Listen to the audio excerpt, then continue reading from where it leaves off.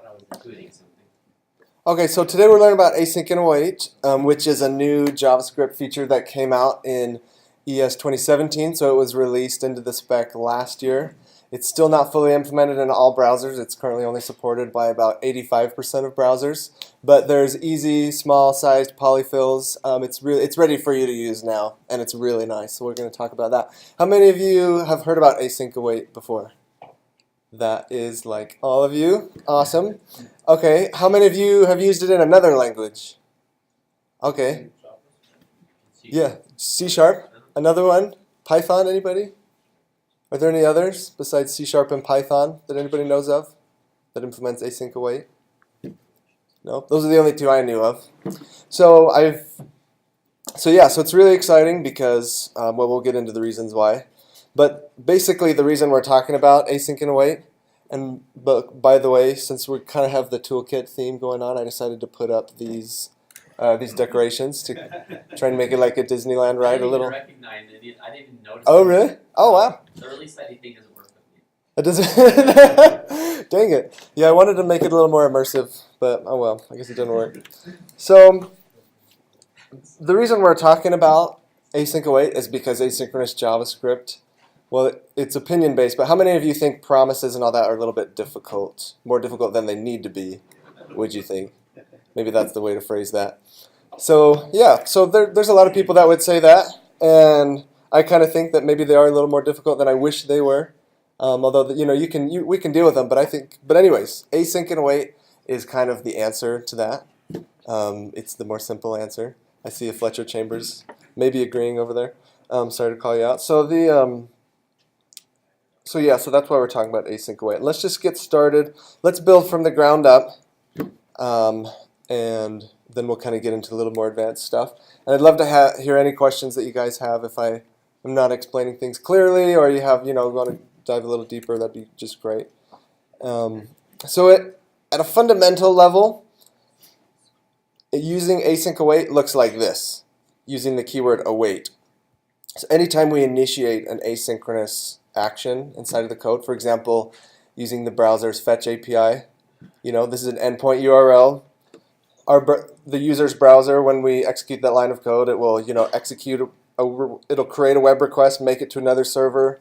That takes time. That takes an indeterminate amount of time to go and come back from the browser, and so it has to be asynchronous because oftentimes the browser is single-threaded and it doesn't just want to hang and wait all the time. So we do these asynchronous things, and we won't go into all those details right now. But essentially, what's happening is when you have something asynchronous-based, which usually returns a promise, you can just say await the result of that asynchronous thing. And then on the next line, you don't have to do a dot then, you don't have to do a dot catch, you can just use res, which is our response object. You can just use it. So that's really nice. So with the await keyword, you can write code. What does Sonar call it? It's like the control flow complexity. It reduces your control flow complexity and just makes it so you can have no indentations, just writing normal code, waiting for asynchronous things, and it's just kind of really easy to use in that way. So here we're waiting for a response object to come back from this fetch call, and then we're awaiting that response stream to be parsed into JSON, which is also an asynchronous action, so that's why we use the await keyword here as well. So are there any questions about that? Does that make sense? That's pretty good. And so this is kind of the equivalent when using promises, We fetch our endpoint URL, and then after that we invoke a callback function which takes the result of that asynchronous action and executes something, and then we do another .then which invokes a new callback function that will take the result of that call to .json. So it's just a little bit, just makes a little more sense, a little bit easier to understand with the async await, and you don't have to think quite as hard, and it's also less code as well. And also it's easier. One of the main attractions to async await for me is that this data thing, see how we have this data thing here? It's the same as this data thing here. And here we can easily access data inside this scope that we're coding in right here.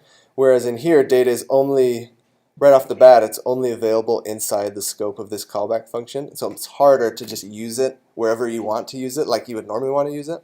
And so right off the bat, that's an easier way. Like there are ways to get around that with, you know, promises and things like that.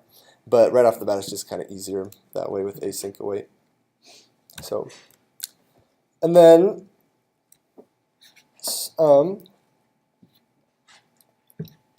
so a catch with the await keyword, it has to be used in conjunction with the async keyword. So now we're building the building blocks together. So you can only use the await keyword inside of a function that is an async function. And you might think, well, that's kind of limiting, but actually we'll see later it's not really. There's a lot of ways to just be able to make sure that you're pretty much always in an async context, so you can always use the await keyword. But so that's what it is. So in order to declare a function as async, if you have an arrow function, this is what it would look like. So if I were to kind of expand this a little bit more, I might say const my async function equals async keyword arrow function. So you put the async keyword right before the function declaration, just to kind of, you know, kind of like you would use for static a little bit. But yeah, so that's how you do it in an arrow function. You have to have the async keyword. In a vanilla JavaScript function, it would look just like this, right before that function keyword. Async function, business like that.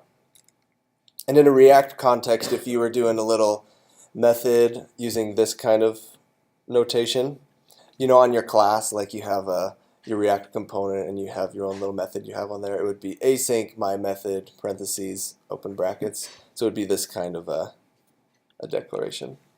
Because JavaScript has a slightly different way of declaring functions that you can use inside of classes. And so that matches that use case. But so another benefit of async await is that instead of having to do your dot catches, you can just use it inside of a try catch block.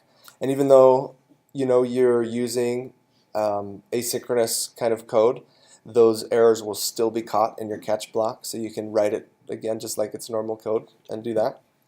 So here we're awaiting the result of a fetch request, and then we're checking the HTTP status code, make sure it's in like a 200 or kind of in the 300 range, make sure it's okay, and if it is, then we're going to parse it as JSON.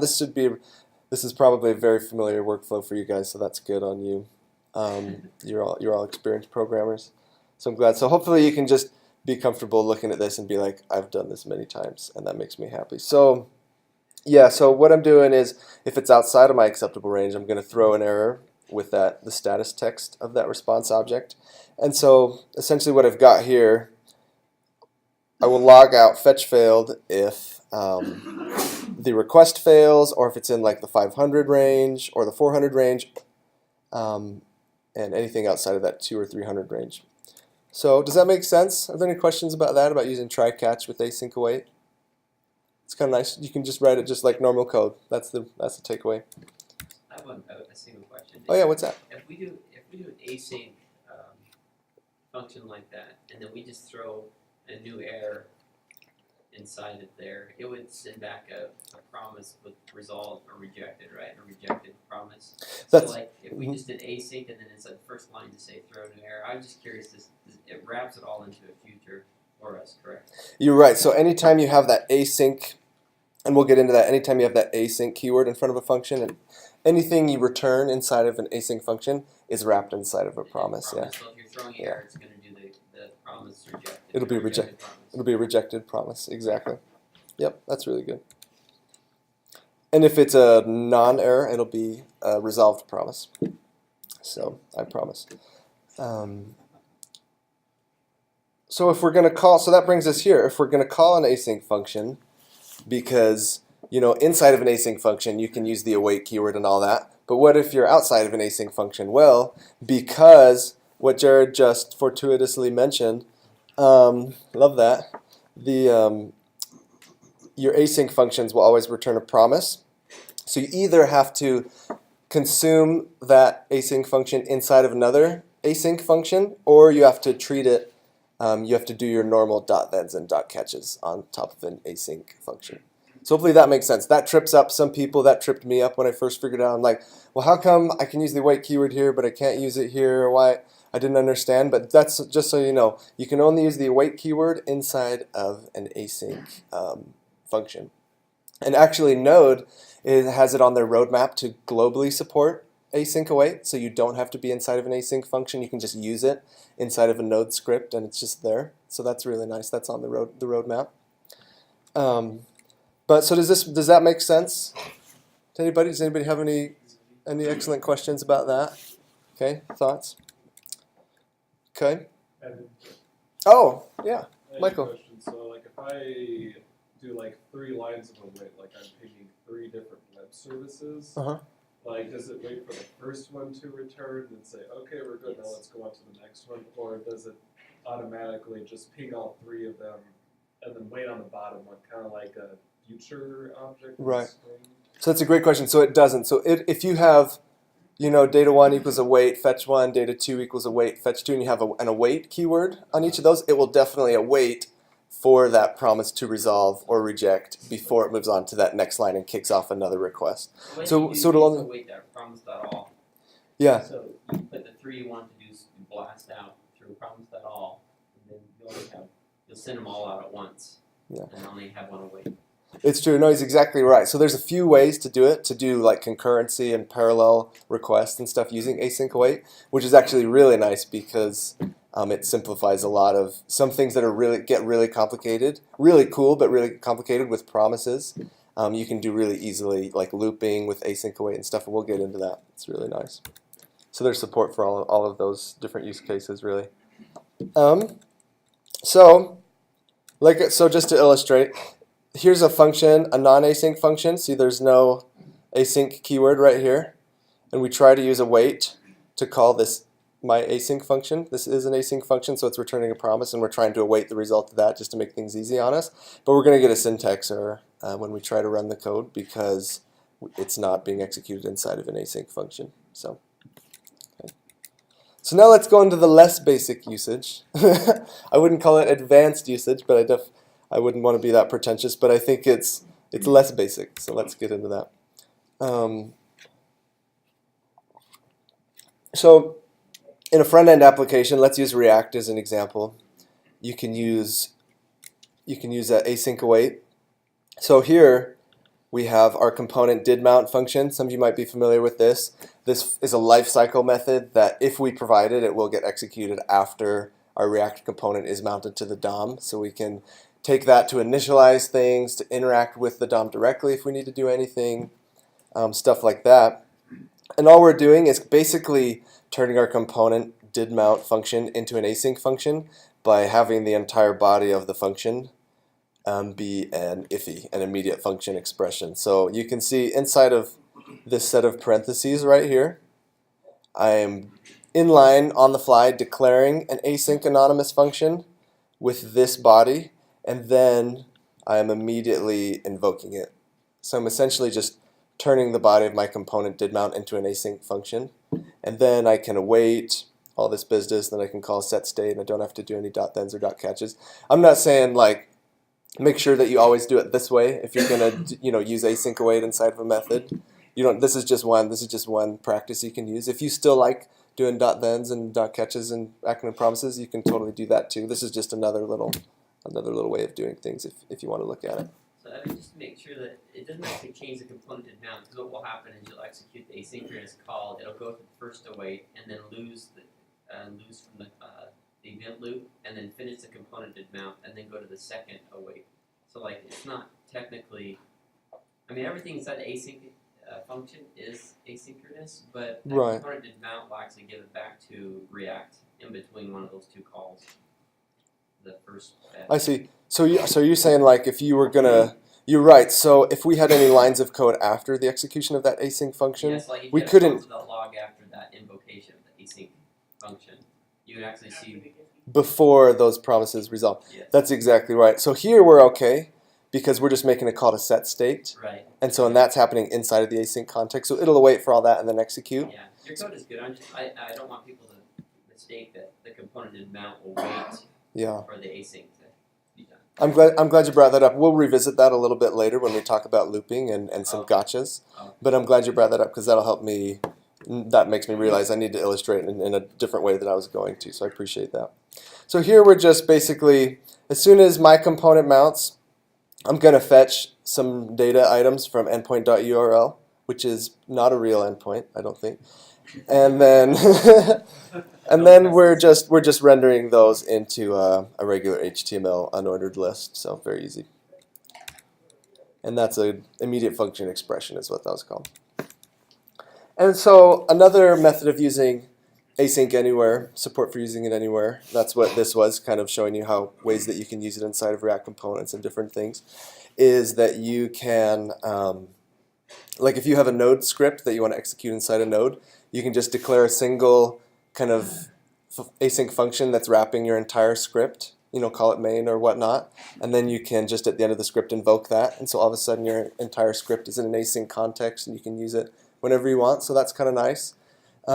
In a node process or in a node application or Express server, things like that. So that's kind of cool. I got this from Trevor D. Miller. Props to Trevor D. Miller. He does cool stuff. And so now I want to talk to you about, shifting gears just a little bit, talk to you about the mechanics of what's happening within the async await function real quick. So I'm going to use colors to illustrate that. So I am truly sorry, actually, if any of you are colorblind. But I forget about that. My brother's colorblind. My old choir teacher sees in only black and white, and so I forget that it can actually kind of mess things up sometimes. But I do have words as well. So it is. Hopefully that's helpful. So basically, what's happened is we have the blue, which is our main. So say we're in the web browser, or say we're in an Express server. So the whole main JavaScript process is running on a single thread, usually, unless you have like HTML web workers, other things. It's usually just running on a single thread. And so as soon as in the single thread, if we invoke an async function, boom, there's our async function. What's going to happen as the async function executes is the function execution will be halted as those await keywords are reached. We're going to halt, we're going to wait for res A to come back, then we're going to wait for data A to come back. Boom. Now we're going to wait for res B to come back. Then we're going to wait for data B to come back. But the whole time that's happening, it's executing as soon as that await happens. We're using generators under the scene, but anyways, we're kind of exiting and we're going back to the main thread. So the main thread, even though that function is kind of waiting, the main thread is not waiting. It's kind of subscribed to the result of that function, and it's just going to keep on executing its stuff. So hopefully that makes sense. So as soon as we get data B, we're going to blast through all that synchronous stuff and then come back to the main thread, which will then resume, executing code at the resolution of the await keyword that is before our invocation of async func, or a .then that we have chained on the end of async func, whatever it is. So does that make sense? Any questions about that? It's good? Oh yeah, Michael. So you have a .then or await on that bottom arrow. I mean, no, for await to be the bottom arrow, wouldn't the main thread have to be itself be asynchronous? Yeah, so the main, say if we were executing async func inside of another func that's like kind of in the rest of our code. So I'm kind of throwing the rest of the code also along that blue line. So if it's being executed inside of the rest of our code inside of a async function, then we would use await, and if not, we would use a .then kind of a thing, if that makes sense. So if I understand correctly, wherever there's halts, the thread can run other functions. So like if you draw another line at the halt, other things may be a click event by the user, could have been a web request to your Express server. Yeah, your node server will still listen for those. Yeah, and so it's still, every time it says halt there, it's giving, there's other code that could be or may be executed. That's exactly right. In between your code. Yeah, you're exactly right. Over in the blue. And then all of our orange code will wait. Like we won't execute this data A equals await res.a.json until this res A has come back and populated. And that's exactly right. So here's just a second comparison of async await versus promises. So we have, we just have these three simple lines, no indentations, no callbacks. We're getting a response object, we're parsing it to JSON, and then we're logging it out. It's pretty simple.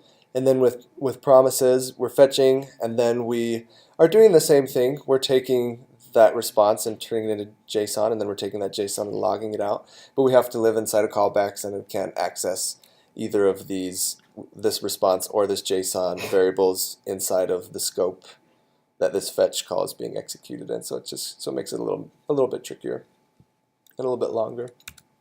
So now let's look at concurrent async await. This is fun. This is where it starts to get fun. So what we're doing here, I've kind of abstracted that pattern of awaiting the fetch response and then parsing it to JSON. So now I just have this get function which accepts a URL and will return that JSON, so we don't have to double await. Hopefully that makes sense. And then I have my getDatas function, and I am doing 2 requests.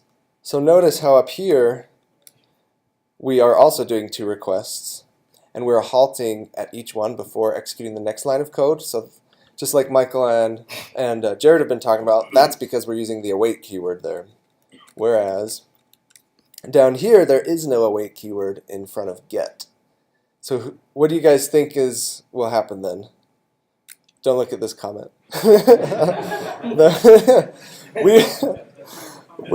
It'll fire off both requests at the same time. So it won't wait for this to resolve back with the JSON before it fires off this. So essentially we're going make request. They're both out there in the ether at the same time.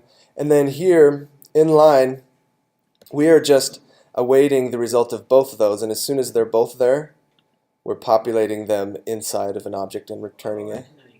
It's kind of nice, huh? So that works because we're not actually awaiting functions, we're awaiting promises. We are. An async function returns a promise, so you can await on any old promise, not just a function. Yeah, you can. So there is, once you understand the relationship between async await and promises, you can begin to mix and match like awaits with promise.alls or promise.races, and you can begin to do some really cool stuff actually. There's some really cool examples out there.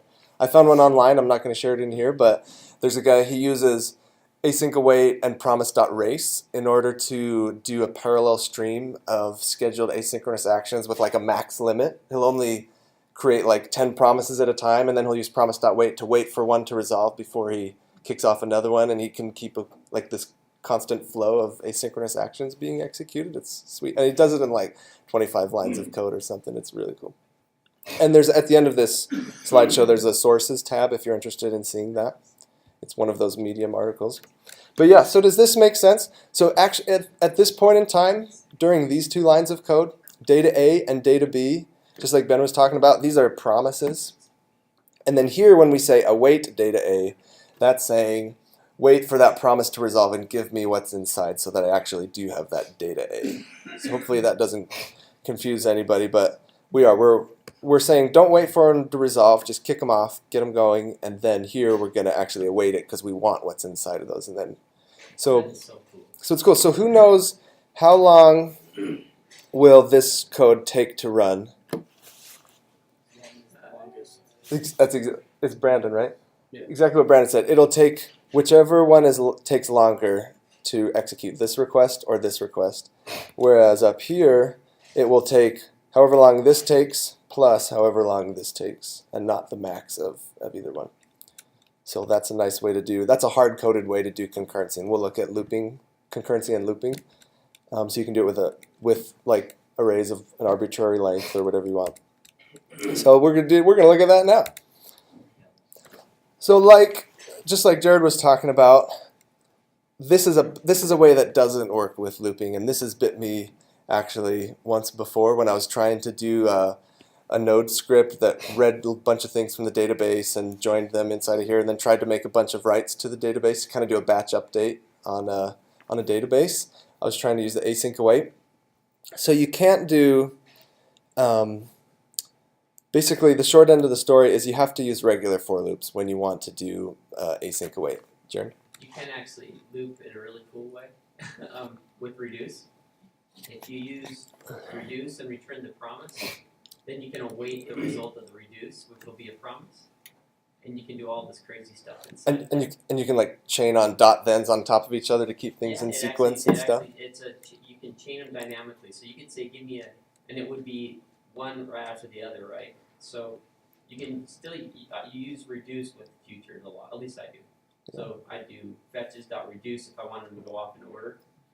And knowing that the async returns a future, which on a reduce becomes the end result of what it shoves out after the end of the reduced. You can await that reduce. Yeah, and that is like a super. Jared, you told me, you introduced me to that concept just a few months ago, and that blew my mind when I heard that. And I have that in here actually. Sorry. No, that's totally fine. If we get to it, we may not get to it. No, it is. It's really cool. I agree. And so there is like an async await way of doing that as well, which is really nice. But so here, so this is I want to show you. I want to show you this and why it doesn't work. So fetches. Let's assume this is an array of web requests that we've made, and so say we had an array of endpoint URLs, we're an array of strings that are endpoints, and then we said my endpoints.map fetch endpoint, you know what I mean? So we're calling fetch on each one of those. That's returning an array of web requests that are in process. So that's what fetches is right here. So what we're attempting to do in this code is creating an empty array of names, and then we're saying for each fetch, take that fetch that's in process and execute it inside of this async function. And what we're doing is we're waiting for that fetch to finish, we're getting its JSON, we're logging it out, and then we're going to add the name property of that return to JSON. So I use this as an example in the Star Wars API, querying people. So this is like Darth Vader, R2-D2, all this business. We're trying to push each one of those names into this names array. So who can explain to me, this is the actual log statements, who can explain to me what's happening here?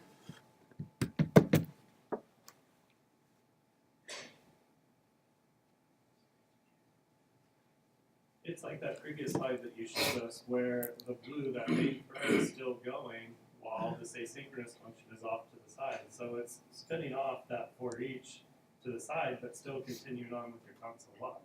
That's exactly right, Chris.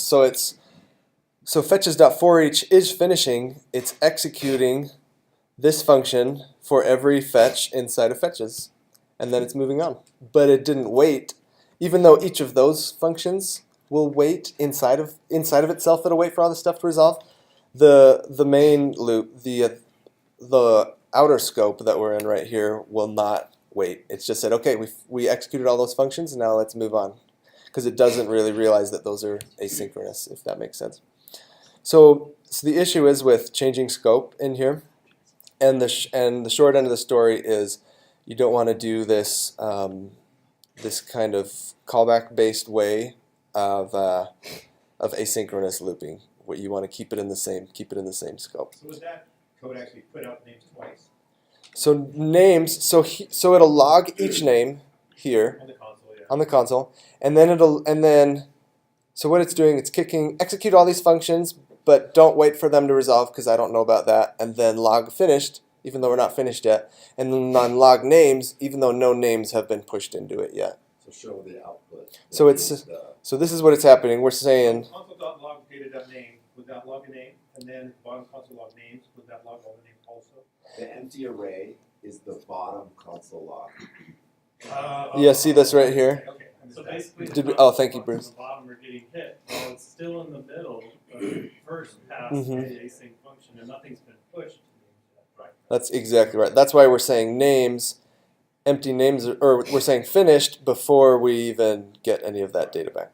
Does that make sense? So this is a way, so again, the solution is to use regular for loops, and I'll move past this. So this is a way that will work right here. This way will work.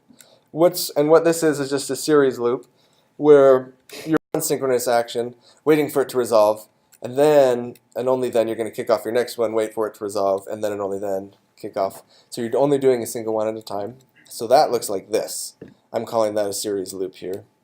Me and another person on a Medium article and in a couple other places. But so what we're doing here is we have an async function that takes items. In this example, we're trying to get items, like an array of items from the database one at a time, which has performance issues, and you probably don't want to do that in production. But to illustrate, we're just kind of showing you, just for the sake that this is an asynchronous thing that we're doing, and we're doing it in loop.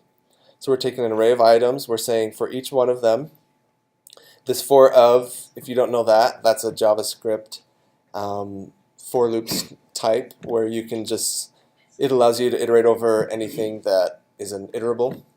So for thing inside of iterable, so you can do that with arrays, you can do that with sets, you can do it with a map. It's using generators underneath the hood for the for of.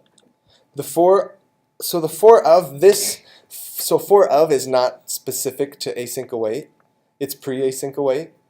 Right. Um, It uses iterators, which uses generators. Oh, so that's why it's That's working. how it worked, I believe. I'm assuming. Generators are a way to implement an interval.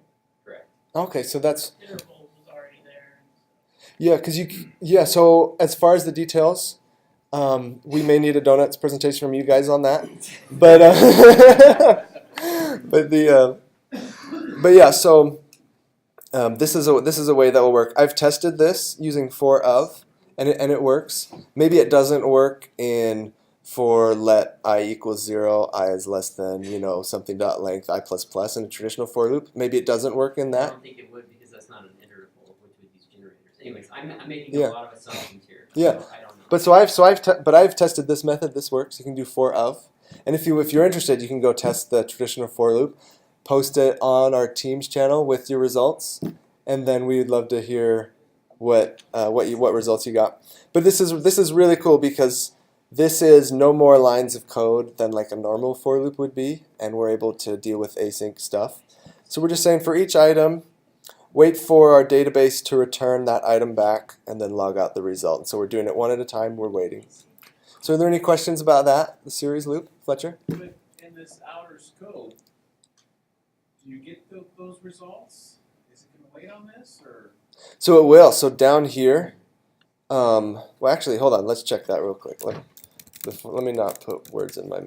It's creating a function that you could then await on. You don't Yeah, have so- anything out of scope. So I always find myself awaiting for something, just so that I'm in this endless package of awaiting, and I never really get it.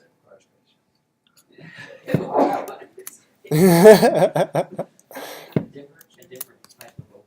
So here, what I'm doing exactly what's happening in that example, Does this work? and then see how I'm logging out names here. So let's take a look. Let's run it.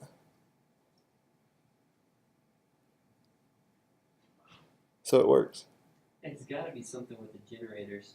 I'm still don't understand how it Because you're works. not in a callback, so Yeah. you're not adding it at the end of the execution. Because you're still kind of in the same scope, right? The normal for the report here as well, just fine. Well, you know how the generators need to be told to get the next thing. Is what I'm wondering is that if it's in under the covers and for of is actually an async by default, like it's actually a future inside their resolving. Well, it You know, shouldn't matter because it's the same thread, so Yeah. it'll wait. The loop will just stop. It'll wait for those waits to resolve. Oh, you're Because right. it's You're built right. it's built into the control flow. So it should work with the traditional That form. is- I think you're right. It's built into the control flow to wait for this for loop to end before it moves on to the next. We're not moving on till that for loop's done, and So a that for for loop's of not done inside till we're done async is awaiting. different than a for of outside of an async. Oh, sorry. Say that again. No, it has nothing Where to the- do with generators. It's just where the await is. The await is in the main thread stack area here. Oh, The- so does yeah, that the- mean the bottom regular of scope. The end of the for of, Yeah. which is going to call the next. Yeah. Oh, got it. Sorry. Okay. So it's really cool. That is really cool. It's really cool. Okay. So that's a series loop. So now let's look at a parallel loop, which is really cool, which is what kind of Michael and Jared were getting at. What we're doing here is we're in an async context. We're taking our items again, and we are kicking off a bunch of requests to the database all at once. We're not waiting for one to resolve before we do the next one. We're just saying, hey, for all of our items, just kick off a request for each one of them. So you do want to worry about load limits. Are you requesting like 600 things all at once? Do you want to send 600 requests to the database all at once? Those are concerns to think about. But this is the way that you would do kind of a parallel loop to request a series of things all at once. You'd kick off all of those, and here we're just calling them promises. A bunch of in-process gettings from the database, and then we're just going to say await promise.all promises, and so this line of code will finish, and we can move on to here once every one of these promises has resolved and returned all of their values. That's what's happened. That's what promise.all does for us. It takes an array of promises and returns once all of those have resolved. So you can so we're saying kick off 12 things and then wait just until all 12 return. And so the amount of time this function will take to execute is the amount of time, well, it gets a little more complicated because some of these requests are probably queued up and then, dequeued and processed, but around the amount of time it takes for the log. Assuming that our resource can handle an infinite number of requests at a time, it would take the longest amount of time it takes, or whichever single one of those takes the longest, rather, like Brandon was talking about. So that would be a cool database that could handle an infinite number of requests of queries. And then, so now we're going to talk about, how much time do we have? Oh, we got a little bit of time. Are we doing okay? It's okay if we go just a little bit more? Okay, because this is cool right here. So this is what I'm calling a parallel series loop. So what I'm going to illustrate, and then I'll show you the code. Essentially, we are just like up here, where we're doing items.map and kicking off a bunch of database requests. We're executing a bunch of async actions all at once, and then we want to act on them. We want to keep things in order, like the order that we fired those requests on, the order we fired those requests in. We want to act on the results in that same order. So we don't want to start executing more code until that very first request finishes, and then we'll wait till that second one finishes. Even if all around us, the fourth one has already finished, the third one has already finished, the 10th one has already finished, we're just waiting till one's done, then two, and then three, stuff like that. And by the time we get to 4 or 5, maybe all the rest are already finished, and then we'll just be like and fly through execution of the rest. So that's what's happening. So say number 3 comes back first. We're still not going to keep executing on the main thread until, boom, here's the first one's come back. Now we're going to do what we want with the first one. But we're still not going to do what we've done with the third because we still haven't gotten our second one back yet. And then boom, here's the second. So we'll do what we want with that. And then we'll go to the third because it's already returned and we wanted to make sure we acted on them in order. And then finally the fourth one's available. And that matches our order, so we'll act on it immediately. So hopefully that makes sense. It's definitely a more complicated control flow. But yeah, this is what it looks like. It's really nice. It's only 8 lines of code. Is it fair to say that you're ensuring that they execute in order without having to wait for them to all resolve? Without having to run them one at a time? Yeah, that's really good. So that's where the benefits come in. Is this kind of becomes a performance optimal situation because we're kicking them all off at once, so we don't have to wait for one to resolve before we start the other. But then also down here, we don't have to wait for all of them to resolve before we start acting on the results. We just wait for the first one to resolve, and then we can work on them in order. So it's a little faster than this parallel loop scenario where we wait for however long it takes the longest one to execute before we can start working with the results. In this scenario, we just have to wait for that first one to finish, and we can begin processing on it while the other ones are still trickling in, and we're just kind of trying to really be as efficient as we can. So these ideas I got from other sources. They're not mine. I didn't invent these. I got them online from like these Google Web Standards guys and these other really smart people on Medium and stuff. But here they are for all of our benefit, and it's really nice. So I'll show you well, actually, we should probably move on. Let me just help you appreciate. This is that basic sequence thing we were doing with a basic for loop.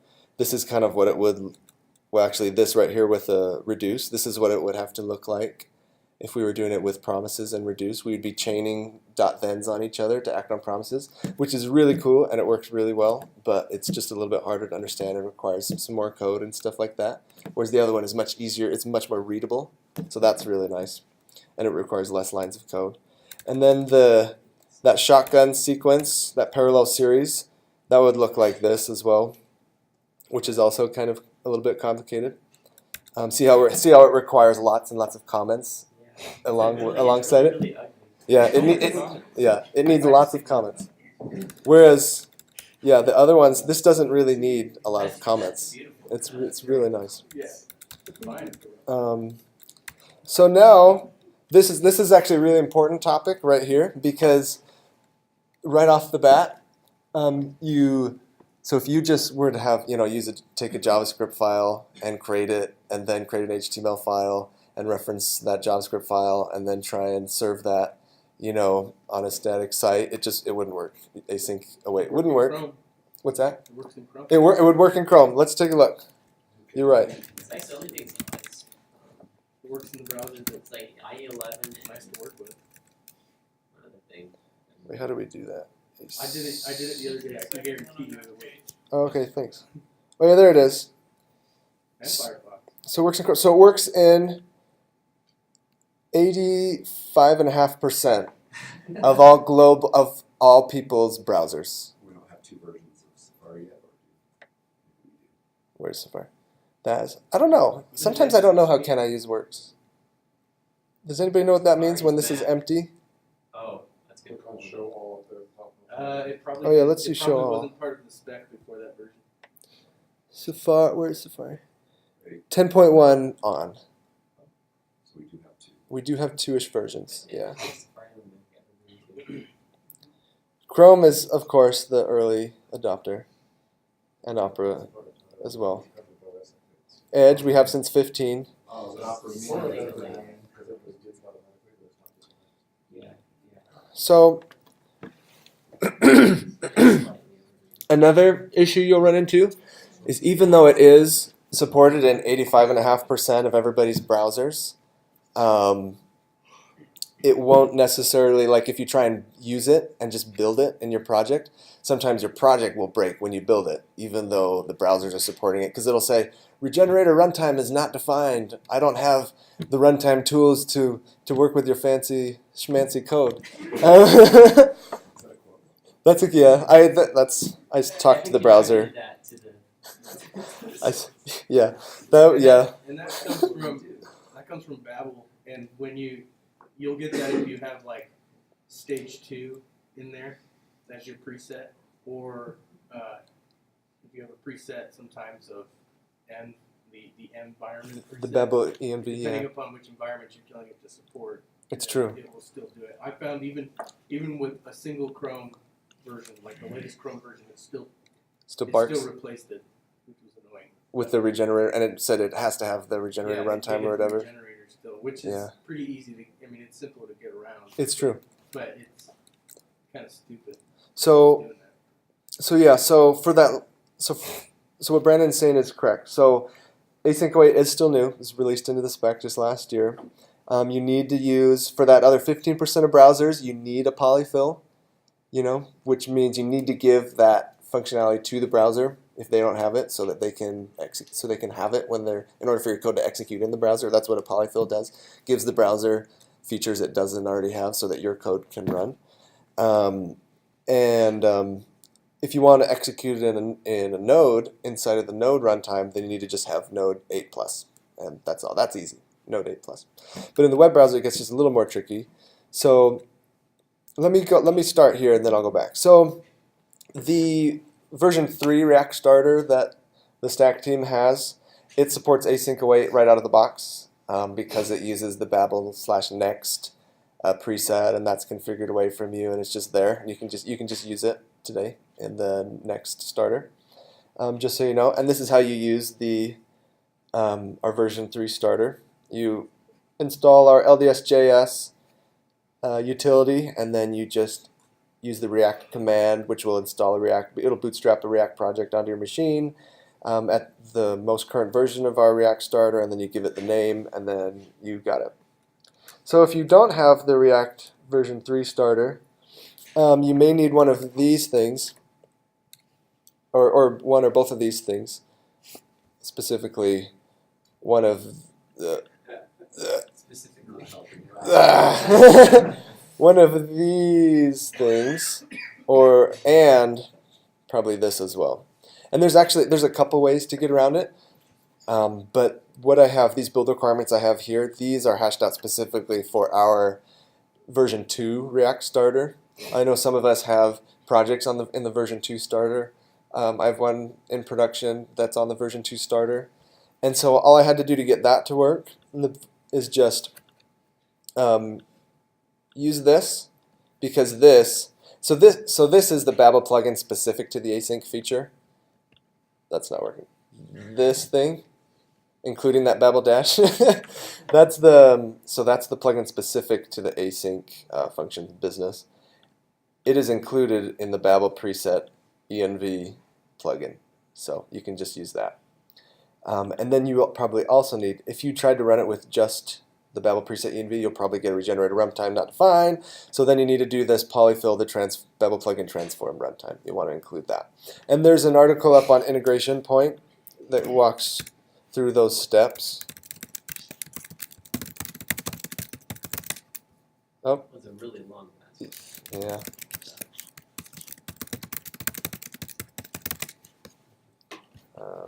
Here it is. Using async await and the React v2 starter.